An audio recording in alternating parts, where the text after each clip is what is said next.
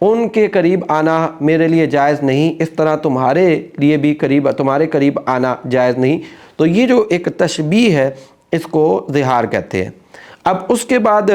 اب بندہ تشبیہ اب دے دی، ظہار ہو گیا، اب اس کے پاس جو ہے وہ اب اپنے اس قول سے رجوع کرنا چاہتا ہے کہ ثم یعودون لما قالوا، یعنی جو اس نے کہہ دیا اب اس سے رجوع کرنا چاہتا ہے، یعنی اس کو توڑنا چاہتا ہے، گویا کہ یہ بھی ایک قسم کی صورت بن جاتی ہے۔ تو اللہ فرما رہا ہے کہ فتحریر رقبۃ من قبل ان یتماسا۔ تو اللہ تبارک و تعالیٰ نے جو اس کا پہلا کفارہ بیان کیا وہ یہ کہ تمہارے لیے پھر ایک غلام کو، ایک لونڈی کو آزاد کرنا لازم ہو جائے گا، اور فرمایا ذالکم توعظون بہ،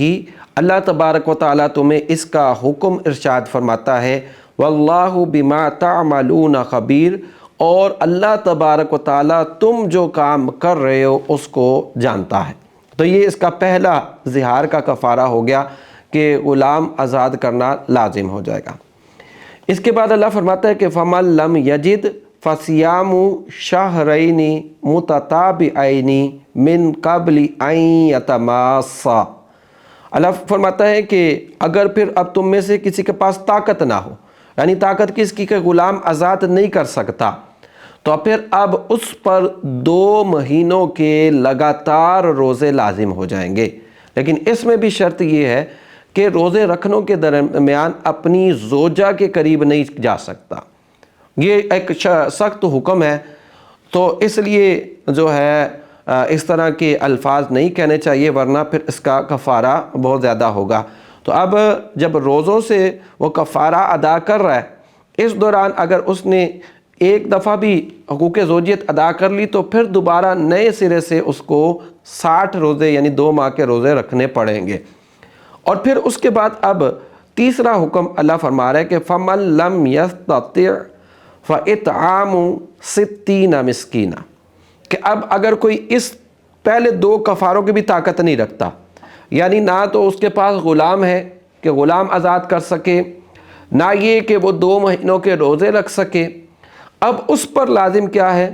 اب اللہ تبارک و تعالیٰ فرما رہا ہے کہ پھر وہ 60 مسکینوں کو کھانا کھلائے۔ ذالک لتؤمنوا باللہ ورسولہ، اور یہ ساری جو ہم حکم ہے اس کے لیے ہیں جو اللہ تبارک و تعالیٰ اور اس کے رسول پر ایمان رکھتا ہے۔ وَتِلْكَ حُدُودُ اللَّهِ، اور یہ اللہ کی حدیں ہیں۔ وَلِلْكَافِرِينَ عَذَابٌ عَلِيمٌ، اور کافروں کے لیے عذاب علیم ہے۔ تو یہاں دیکھیے کہ ظہار جو توڑنے کا جو کفارہ ہوگا، یعنی ظہار کر لیا، اب بیوی کے پاس واپس جانا چاہتا ہے، اب ایسی صورت میں اس کو جو کفارہ ادا کرنا پڑے گا یہ صدقات واجبہ کے اندر آ جائے گا۔ صدقات واجبہ کی جو چوتھی صورت ہے کہ احرام کی حالت میں شکار کرنے کا کفارہ، اور احرام کی حالت میں جو دوسری جنایات یا کفارے ہو جاتے ہیں، جس پر یا تو کبھی بدنہ لازم آتا ہے، بڑا جانور جیسے گائے اور اونٹ، اور اسی طرح دم لازم آتا ہے جیسے بکری بکرا وغیرہ، یا صدقہ لازم آتا ہے۔ تو یہ جو حالت احرام کے اندر جو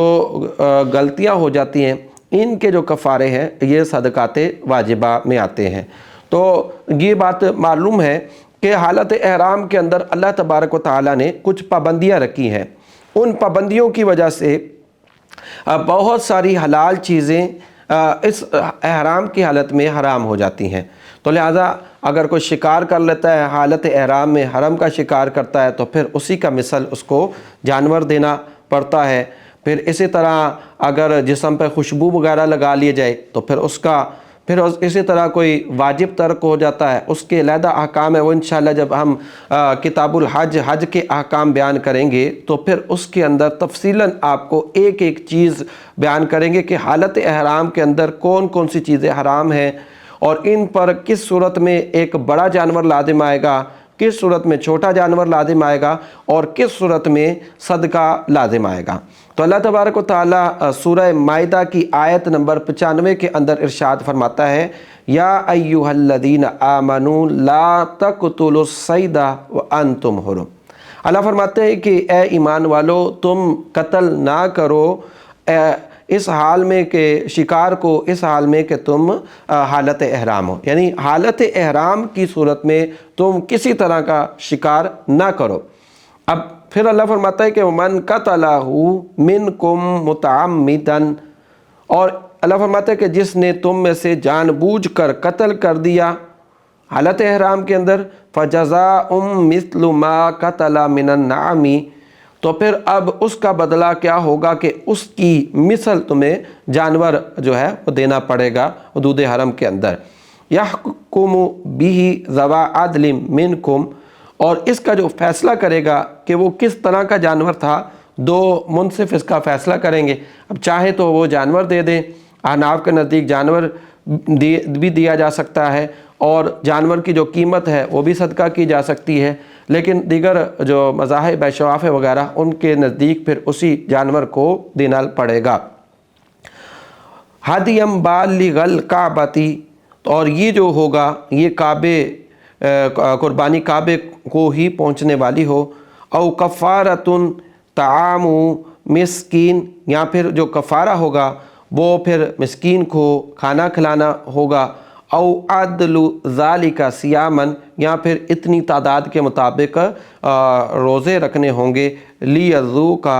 وبال امرہ، تاکہ وہ اپنے جو اس نے کیا ہے اس کا وہ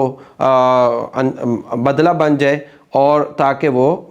اس کا مزہ چکھے۔ تو اب دیکھیں اس حالت میں جو کفارے ہو رہے اس کو صدقات واجبہ کے اندر شامل کیا جائے گا۔ صدقات واجبہ کی جو اگلی صورت ہے وہ صدقات واجبہ کی صورت صدقہ فطر ہے، اور صدقہ فطر ہم جانتے ہیں کہ جو روزے رکھتا ہے، اب روزے رکھتے ہوئے انسان سے دوران روزے کچھ چیزیں جو ہے وہ غلطیاں ہو جاتی ہیں۔ اب یہ جو پھر اللہ تبارک و تعالیٰ نے صاحب استطاعت پر ایک صدقہ رکھا ہے، تو یہ پھر صدقات فطر قرار پاتا ہے۔ صدقات فطر کیا ہے، اس کی مکمل جو تفصیل ہے وہ ہم انشاءاللہ اس کی پھر کسی لیکچر کے اندر آپ کو ریکارڈنگ کروائیں گے۔ تو صدقات واجبہ جو ہوں گے اس میں صدقات فطر ہے۔ اس حوالے سے جو میرے آقا کریم صلی اللہ علیہ وسلم جو تھے ایک دفعہ عید کی نماز پڑھنے کے لیے جا رہے تھے، تو آپ جو ہے سورہ اعلیٰ کی تلاوت فرما رہے تھے، قد افلح من تزکیٰ وذکر اسم ربہ فصلی، کہ بے شک جس نے اپنے باطن صاف کر لیا وہ کامیاب ہو گیا، اور جس نے اپنے رب کا نام ذکر کیا پھر وہ نماز پڑھتا رہا۔ تو اس روایت کے اندر نبی کریم امام ابن ابی حاتم کی جو روایت ہے اس میں صدقے سے متعلق سوال کیا گیا، تو آپ نے فرمایا صدقہ فطر، تو آپ نے یہ آیت تلاوت فرمائی، قد افلح من تزکیٰ، تو من تزکیٰ، تو اس میں جو مراد کیا ہے صدقہ فطر کی ادائیگی ہے۔ تو یہ واجبی صدقات تھے، اور ایک وہ منت کا جو ہے صدقہ وہ بھی واجبی صدقات میں ہے۔ انشاءاللہ صدقے کے حوالے سے مزید ہمارا کلام جاری رہے گا، آپ ہمارا پروگرام دیکھتے رہیے۔ وما علیہ